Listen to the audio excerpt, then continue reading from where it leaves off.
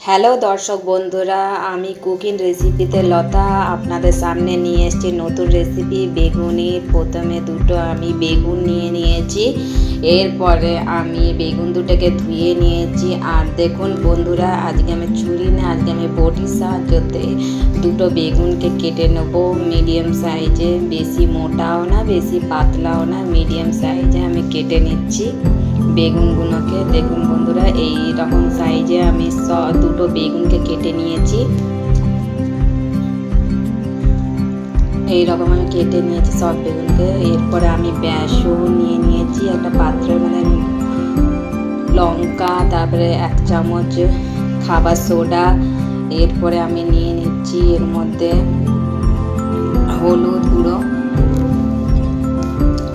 1/2 চামচের মতন হলুদ গুঁড়ো নিয়ে নিলাম। এরপরে আমি এর মধ্যে দিয়ে দিচ্ছি কালো জিরে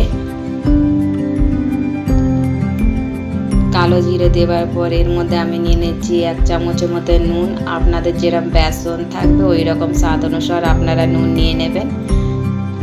এরপরে আমি এই বেসনটাকে ভালো করে ফেটে নেব অল্প অল্প জল দিয়ে। প্রথমে বেশি দেবো না, অল্প অল্প জল দিয়ে ফেটানো শুরু করব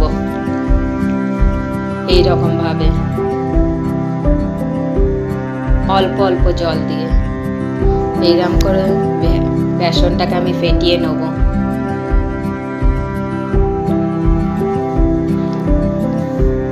বেসনটাকে যত ফাটবো আমার বেগুনিটা অত মুচমুচে হবে, এই জন্য বেসনটাকে আমি ভালো করে ঘনত্বটা রাখবো।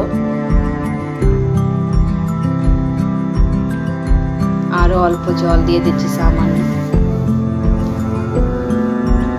আরো একবার ফেটিয়ে নিচ্ছি আমি।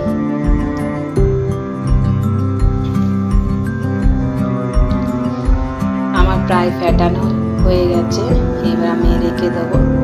এবার একটা কড়াতে তেল গরম করে নিয়ে ওর মধ্যে বেগুনিগুলোকে আস্তে আস্তে একটা একটা করে আমি দিয়ে দেবো তেলের মধ্যে। আর হ্যাঁ বন্ধুরা, গ্যাসের ফ্লেমটা হাই রাখবে না, মিডিয়ামে রাখবে, যাতে আমাদের বেগুনিগুলো না পুড়ে যায়, আস্তে আস্তে হয়ে যায় না। আমার বেগুনিগুলো এক পিঠ হয়ে গেছে, ফুলে উঠেছে। এবার পাল্টে দেবো বেগুনিগুলোকে, উল্টে পাল্টে নেবো।